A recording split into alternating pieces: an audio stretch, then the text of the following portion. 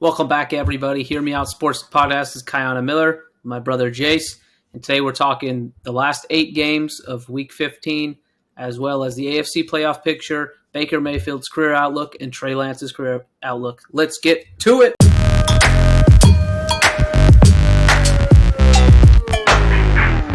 Okay, so like we said, we're kicking off.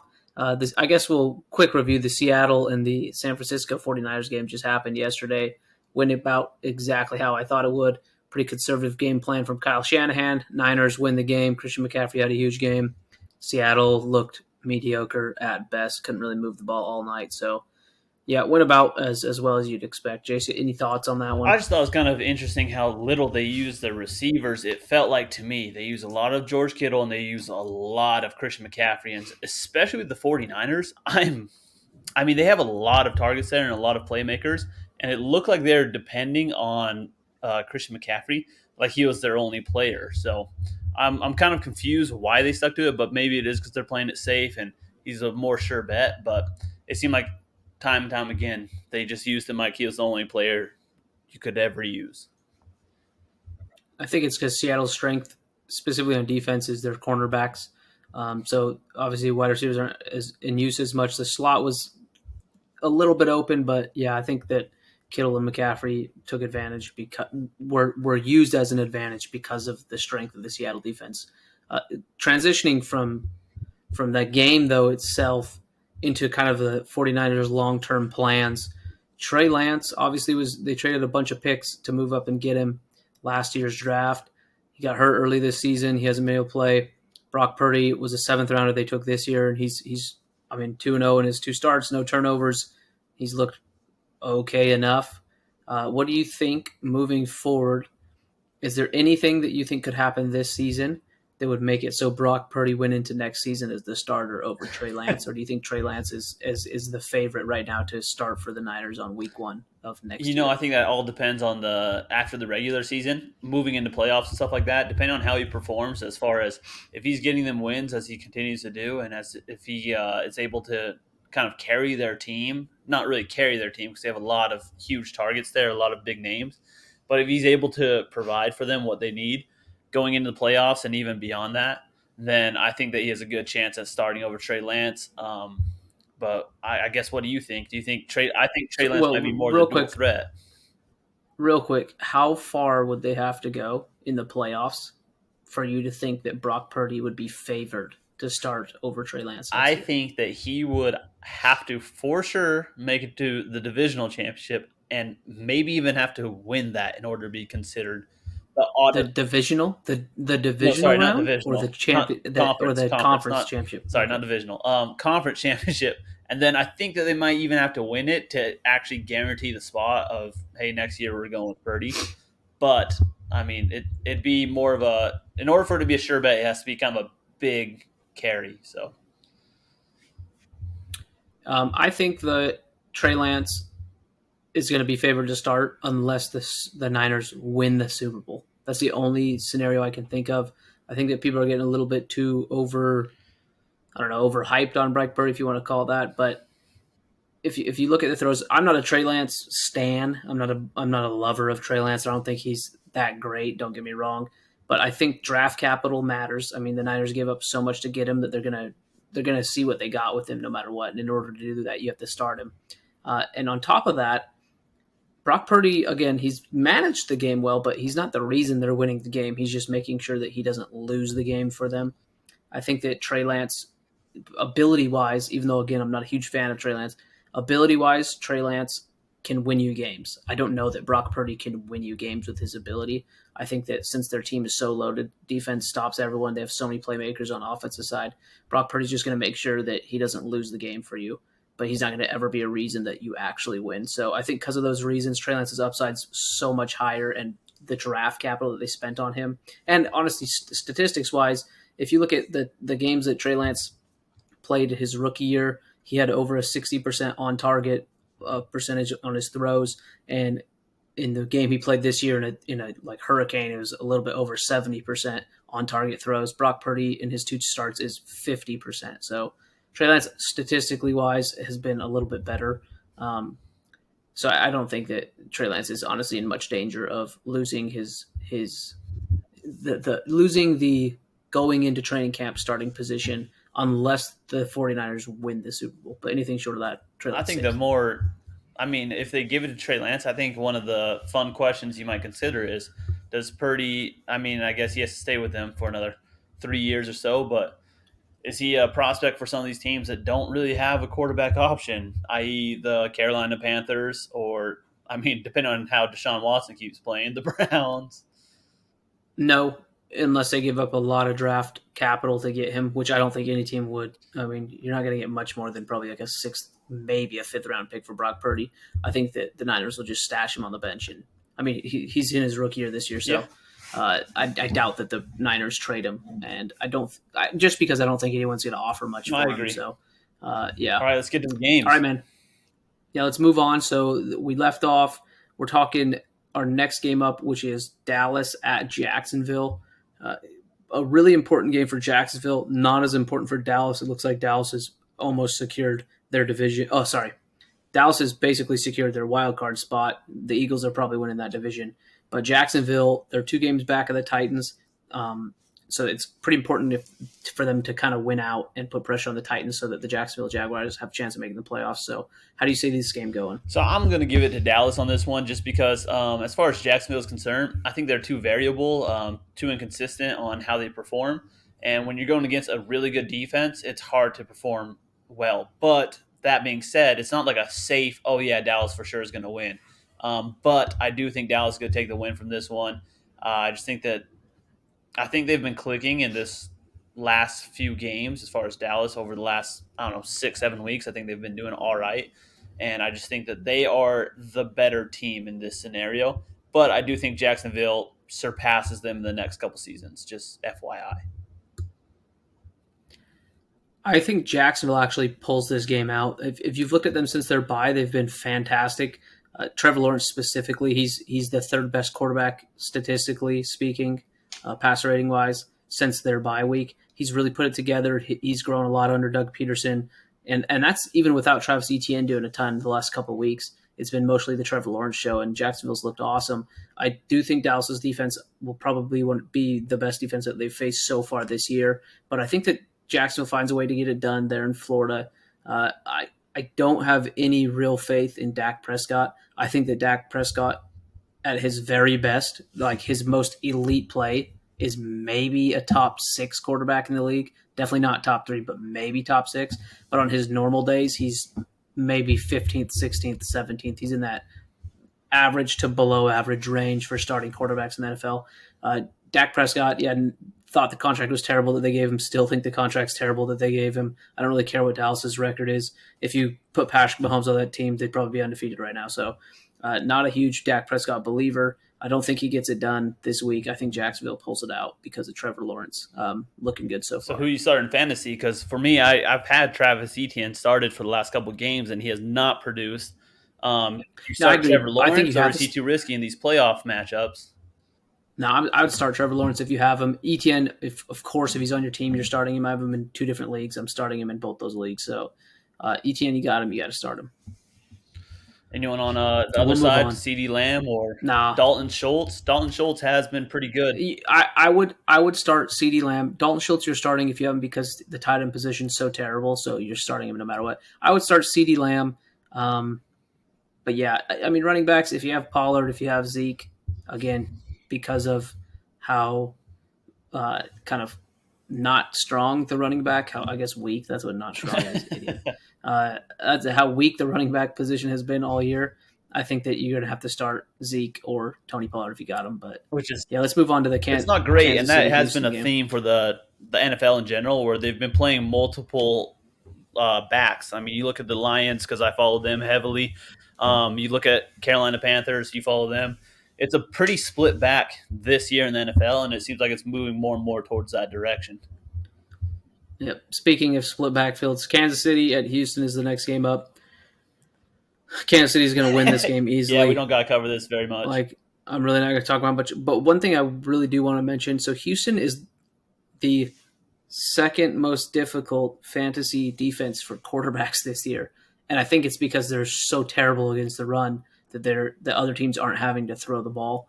And obviously, when you're trailing in a game, then the other team typically runs the ball. So I think that Kansas City, because of how much they like to pass, and of course it's Patrick Mahomes, you're playing him if you have him. But I think that he might underperform his expectation in fantasy football specifically this week. I think that Isaiah Pacheco could benefit a lot from that, and I think that he's a good play if you got Pacheco on your bench this week because of how bad Houston's defense is. So Kansas City wins. I think they win very easily, but I think that they're going to run the So ball here's quite a a bit. question for you: Houston's backfield. You put Rex Burkhead in, or do you think they're going to go Look, I think Burkhead's a good flex play, maybe a good daily fantasy buy this week because not because he's a great running back, but because that Houston's receiving? going to be trailing and have to throw the ball, and Rex Burkhead is primarily a receiving back. Yeah. So, So I actually and if he, I got him this I mean, week. I think that he's worth a Yeah, I flyer. got him this week because mainly of his catching, but it looks like they're going to be kind of split back there as well.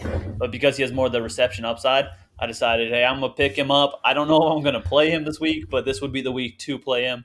I might just take a risk because I need some big points in this playoff game. So let's move on to the next Yeah, game. yeah, it's Arizona at Denver. So backup quarterback at backup quarterback for two teams that no one cares about. So, I mean, not sure how, honestly, realistically. So, Broncos fans are some of the worst fans in the NFL in the sense that, yeah, they're diehard loyal to the Broncos, but every single year, you hear, oh, they're almost as bad as Cowboys fans. Oh, this year we're going to win the Super Bowl. No, you're not. Like, Denver, you guys, sorry if your fans are mad at me, but Denver, you guys suck. And, I mean, I'm kind of happy about it because the Russell Wilson trade was horrible, but Arizona, Denver.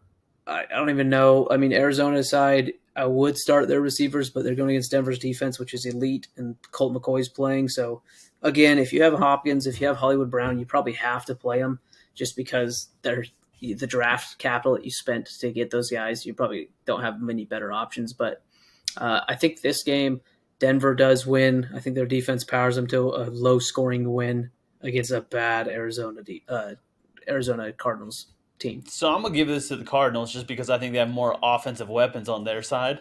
Um, I mean, yeah, you're dealing with a backup quarterback, but in the words of Chelsea and kind of like what you just said, Denver Broncos, you absolutely suck, as he said to Anderson Silva. I kind of think it's the same way, so I'm gonna give it to the Cardinals. I just think they have more guys who they can turn to, both receivers and I mean, I guess tight end Zach Ertz got hurt a while back, but I'm gonna give this one to the Cardinals. You see, I think the offenses are a wash, but I think the Denver defense is so much better than Arizona's They defense are, but they give up a that, lot of that's yards how on they win this game. penalties. Yeah, I don't care. I think Denver wins this game. I think they win a close game, a close, low scoring game, but I think Denver wins. All right, what's next? Okay. We got the Patriots playing in Vegas against the Raiders. Um, what is your take on this game? What are you thinking about it? So here's what I think about it. New England, they tend to have really good coaching and scheming against opposing teams. Vegas, they're kind of like the Lions in the sense that they can put up a lot of points, but they're going to allow a lot of points as well. I am going to give this to the Raiders. I think that they're a little bit better off than I think their high scoring might be too much for the New England Patriots, but it's going to depend on the defense again, just like that last game. So give me the Patriots to win. Bill Belichick coaching against his former offensive coordinator for the last 15 years, Josh McDaniels. I think Bill Belichick's gonna daddy him for lack of a better term. I think that he's going to show him who's the boss and who the better coach is. The Raiders have blown four 13 plus point lead in games this year, which is tied for the most of all time.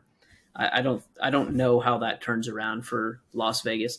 If they had won last week, which they should have, if they'd won last week, then this game would matter more because they'd be closer to the playoffs. But that loss last week kind of killed them. I think that the Patriots run the ball. The Raiders defense is really bad. So even though I love Devontae Adams and I think Darren Waller and Hunter Renfrow are both coming back this week for the Raiders, even though I like all those guys, I think that New England's able to control the clock with running the ball, and Bill Belichick's going to scheme against a guy he knows extremely well, and he's going to shut it down. So I got the Patriots winning that game. Again, I think it'll be relatively low scoring, but give me the Patriots to I win. just really like their offense, man. The guys you just named, and then you also got freaking Josh Jacobs as well in the Josh backfield. Jacobs, Like yeah, it's pretty yeah, but threatening. But again, if you can't defend against their offense, then tough luck. Like you got to stop them from scoring as well. so next game is Titans at Chargers, and I'm laughing because this is strength versus weakness on both sides. So the Titans love running the ball, and the Chargers are one of the worst run defenses in the NFL. The Chargers like to throw the ball, and the Titans are one of the worst pass defenses in the NFL. So I think that this could be a high scoring game because of how bad the defenses are, where their weaknesses are at. Justin Herbert had obviously an awesome game last week against Miami. I think that continues because he has his weapons back. He's got Keenan Allen and Mike Williams both back. I don't think Tennessee's going to be able to slow that down. But on the flip side, I don't think the Chargers are stopping Derrick Henry. Their run defense is terrible. So Derrick Henry, obviously, you got to play him if you got him. Treylon Burks, though, I'd also play if he's healthy enough this week and he's going to suit up. I'd play him on the Titans side. And then any receivers on the Charger side, I'm definitely starting as well. Yeah, I kind of agree with you in the sense that I think that this is going to be a high scoring game. I'll give it to the Chargers because I've not been impressed with Tennessee Titans this year. If their run doesn't work out, then they're stuck in the water, and that seems to just always be the case with them. And I think that they are way too one dimensional. I mean, call me crazy, but I think Justin Herbert, he's not terrible on his feet. He's no Lamar Jackson or anything like that, but he'll take those opportunities when you give him some yards and he'll get those first downs. So I'm gonna give it to them just because I think that they are a little bit more versatile in their offense. But yeah, give me the Chargers on this one. I was wanting to pick the Chargers, but I actually am going to take Tennessee. I think that Tennessee runs the ball effectively enough to keep Justin Herbert out of rhythm enough where they'll have less scoring drives. Again, I think it'll be a high scoring game. They'll have less scoring drives. I think Tennessee has the ball last and they win the game with their last drive of the game. So give me Tennessee to win that. I love Derrick Henry. He's a monster. Doesn't seem to be slowing down at all, even when teams game plans specifically against him. So give me Tennessee to win that game. Okay, three more to go. We got Bengals at Bucks. Two teams heading in opposite directions. So the Bengals have been red hot lately, and the Buccaneers have looked pretty terrible.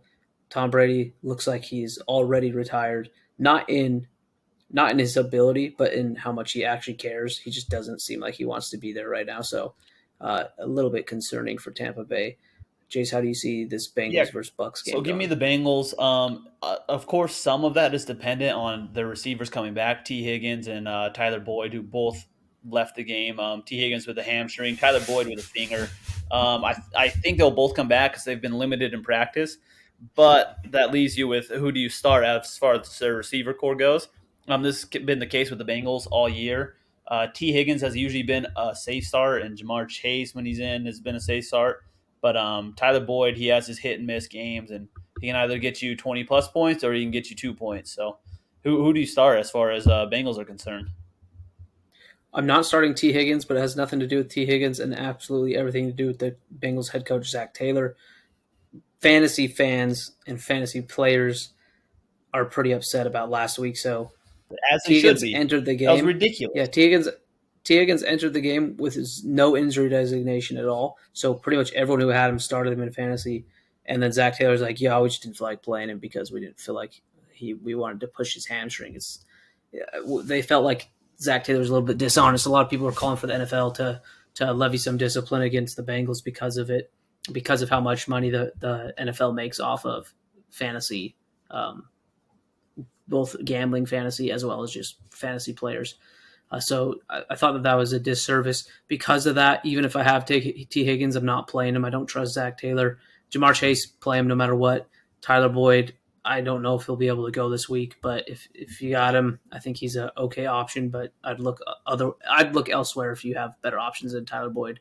But T. Higgins, even though he's awesome, I'm not playing him this week because of Zach Taylor. On the Buck side, I think both running backs are worth playing, Rashad White and Leonard Fournette, because the Bucks have been checking it down so much. I mean, Tom Brady just hasn't had the time. The offensive line's beat up, and they're not giving him the protection he needs. So he's been checking down passes a lot. I think both running backs getting over 15 touches each in the last 2 or 3 games. So I like both those guys. And then It's either going to be Mike Evans or Chris Godwin. I just can't tell you which one is worth the start this week. It's going to be one of those guys. If I had to guess, I'd guess Chris Evans. Chris Evans. Chris Godwin. Chris Evans, a mix. They didn't have a baby, so Chris Godwin. Mike Evans, I'd leave on the bench, but I think Bengals win this game, and I think they win this game going away. I think that it's not going to be super close there at the end of the game. And if Tampa Bay loses and Carolina wins, then Carolina will have the out. They'll be tied, but they'll have the division lead due to tiebreakers. So kind of embarrassing Yeah, for Tampa if they can't win that's this division. ridiculous. So, yep. All right, moving on. We got a pretty important game. New York Giants at Washington Commanders. It's a division game, but they're also tied in record, and they hold the last two playoff spots right now in the NFC. So whoever wins this game will have that inside track, most likely making the playoffs, and whoever loses this game has a decent chance of falling out to either Seattle or to Detroit, as we discussed last podcast we had. So in this game, I think that the Commanders win. They're coming off a bye. The Giants have looked pretty bad lately. They're at home, which means literally nothing because FedEx Field is the lowest attended NFL stadium in the league pretty much every year. So Washington Commanders fans aren't going to show up regardless, so it doesn't matter. But give me the Commanders to win. I think it'll be pretty close, but I do think the Commanders win the game. Yeah, I agree actually 100% with that. I give it to the Commanders, but only by a little bit. It's going to be within, it's probably going to be a one possession type of game. Um, but I don't think that I don't think the Giants' record shows actually how bad they are. I don't think they're that great, and their record shows them being a lot better. And when you compare them to some of these other teams who have a worse record, I think they get destroyed more times than not. I mean, Yeah, I think Brian Daboll, the first year coach for the Giants, has coached more talent out of that team than they actually have. So big credit to Dayball and his staff. But yeah, I don't think the Giants have the skill in their player personnel to really make it into the playoffs. So I think the Giants lose this one and end up probably honestly lose 3 of their last 4 games, including this one, and fall out of the playoffs.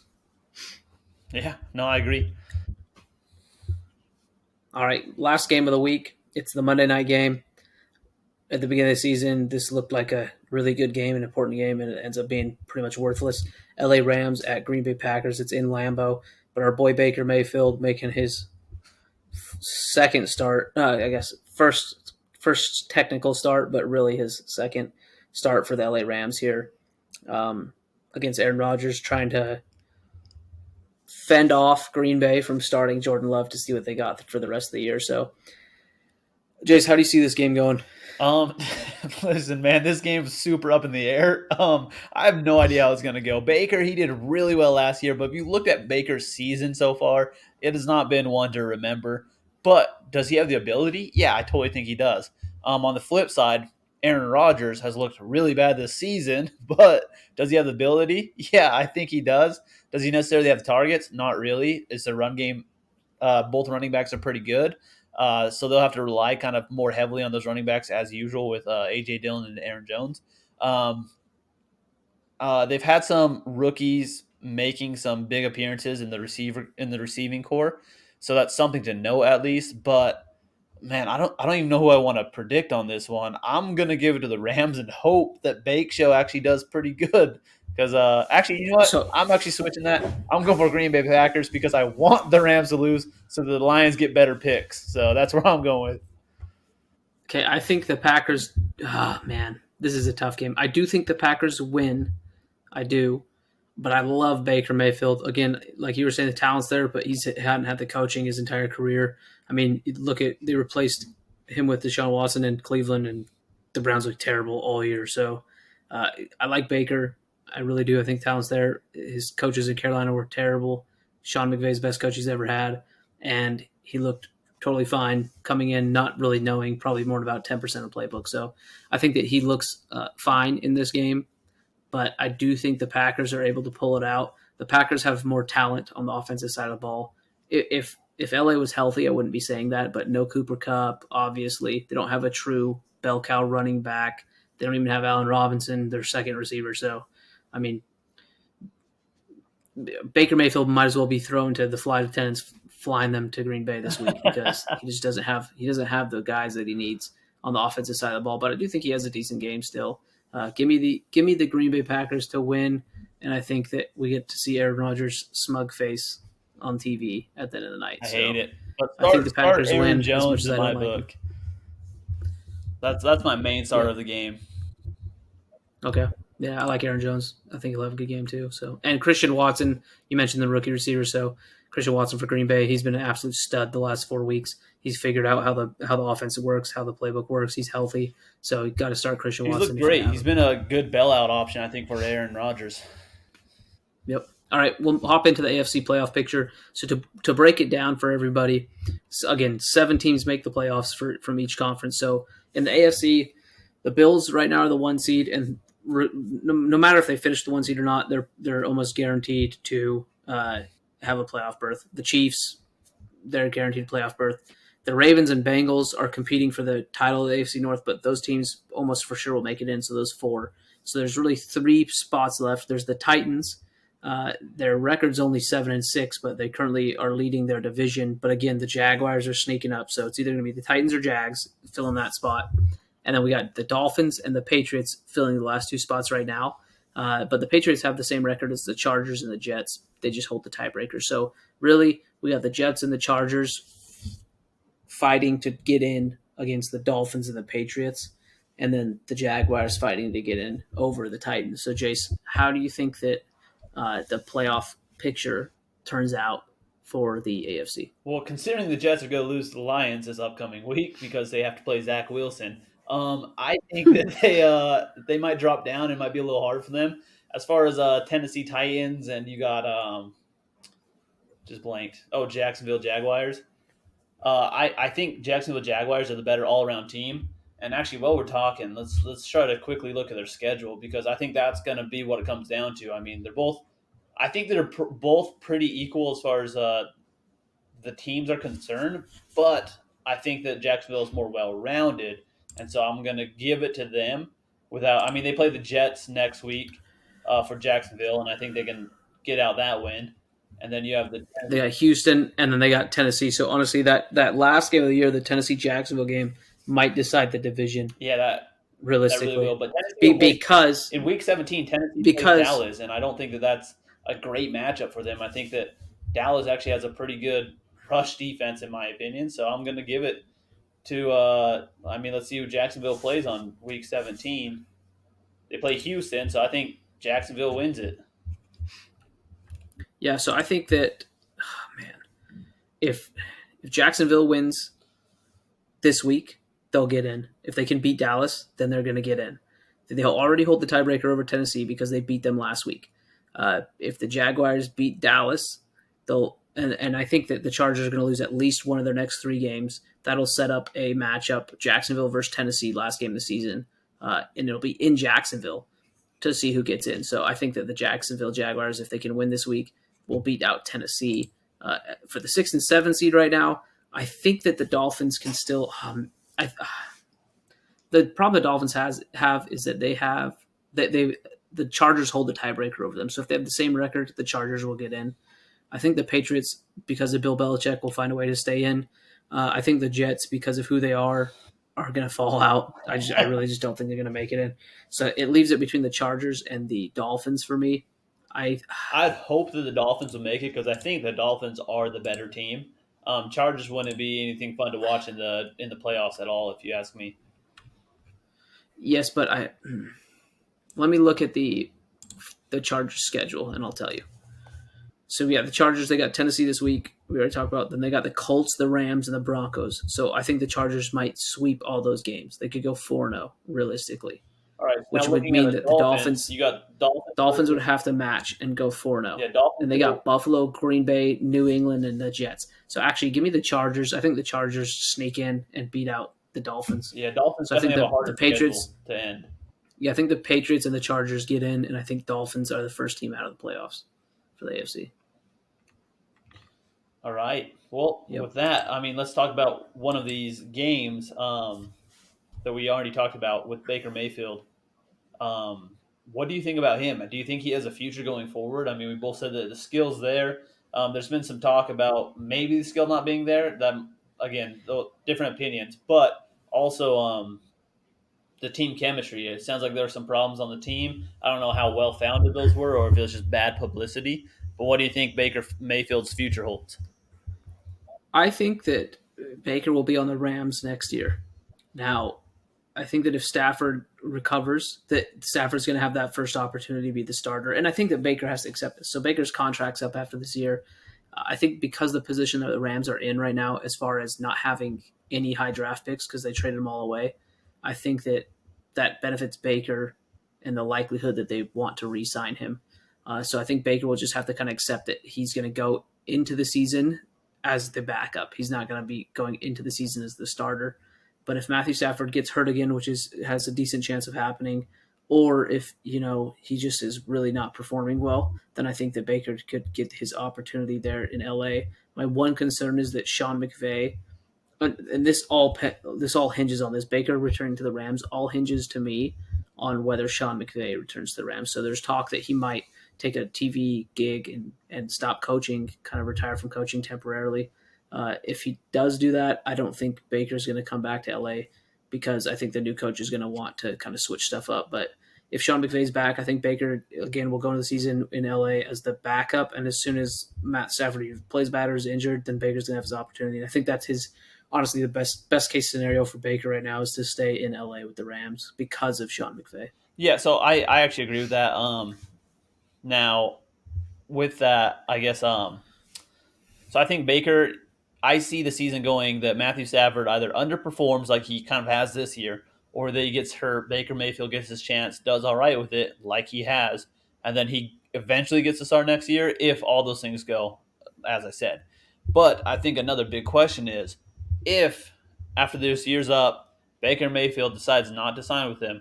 Do you think that there's any teams who would be looking at getting a quarterback who would like to take another chance with Baker Mayfield?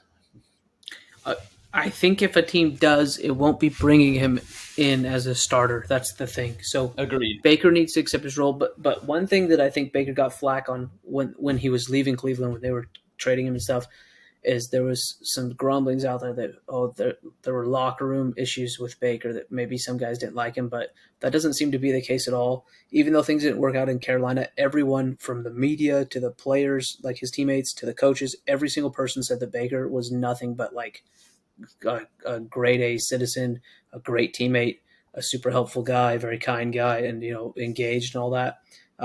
So I think that those reports were unfounded. I think Cleveland is one of the worst run sports organizations in just all of sports. Period. Right, the Cleveland Browns, and I think because of that, they were kind of making stuff up. As bad as that may sound, I think they're kind of making stuff up because when Baker had his game this last week and they won, former Browns teammates were coming out on social media saying, "Hey, good for Baker. That's my guy. I love Baker." That kind of stuff. So I think that's unfounded. But yeah, I don't know. I couldn't give you a specific team as of I now. would so I'll, After the NFL draft and after free agency, I could, or even before that, I could show you like who I think he could go to. But as of now, I think he's going to have to accept a backup role in order to sign with somebody else. Yeah, draft is a huge factor, but I think if anyone were to take him, first person off the top of my head was the Texans. Davis Mills is not that great, and I think that they need an upgrade. No, no, no, I no, think they're no, no, going to no, no. draft. They're not. They're 100% going to take a quarterback, Exactly. number one overall. I don't think they'd bring in Baker. I don't. I think there's a near 0% I know chance. that was the only I person think I could that think of. the type of team. I think the type of team that would bring in Baker would be a team that's already built, ready to compete, and has a quarterback that they like, but that maybe they need a better backup, so that if that guy gets hurt, they have someone that can still get them to the playoffs, win playoff Dolphins? games. Um, no, I don't think the Dolphins. I think the Dolphins are going to stick out too. I think if you brought in a guy too close in age and stuff like that, that there'd be concerns. And a well liked player like Baker Mayfield. I know the Dolphins ownership when they hired Mike McDaniel's. One of the big reasons was because the ownership really liked Tua and they wanted a coach that had faith in Tua. So I doubt that's the case. A team I could like a scenario, not a team itself, but a scenario that I could envision is a team like maybe the Eagles, right? Where Jalen Hurts is the guy that they like. They really like him. Everyone knows that Jalen Hurts is the clear leader and the no kidding QB1 on that team. But if he gets hurt, they got Gardner, but do they really have any faith in Gardner Minshew and his contract's up after this year? I don't think so. So I think that maybe a situation like that, again, I don't think he'll go to the Eagles, but a situation like that is a situation where it's most likely that Baker Mayfield would sign with a team outside the Rams. All right, nice. All right, that does it for us here. As always, we're on Twitter, we're on Instagram, and on YouTube, of course, answering questions all the time. I got a ton more fantasy football questions on Twitter this last week, and we answer as fast as we possibly can, but we don't miss people. So let us know. Our league's still going awesome. Myself, Jace, and our other brother all made playoffs in our league, so we haven't had to give away any cash on the league side yet, but we might have to at the end of the day. Follow us on Twitter, follow us on Instagram. Hit us up with any questions that you guys got. Hear Me Out Sports, HMO Sports Official. That's what we are. So go check us out. Let us know in the comments anything that you guys want us to cover. As the football season starts winding down, we're going to start rolling into some other sports as well too, and start talking about some other hot topics. I would talk about the World Cup, but I'm American. I don't give a crap about soccer once Team USA's out. So we're not going to talk World Cup. No one cares about World Cup. I should say that. No true American cares about the World Cup. So that's out. For all you other people watching outside of America, cheer for your teams. If you're in Argentina or France, cheer for your team because that's probably the only thing you guys could ever win is soccer. You're not going to win a war. But yeah, hit us up, follow us as always. When in doubt, hear me out.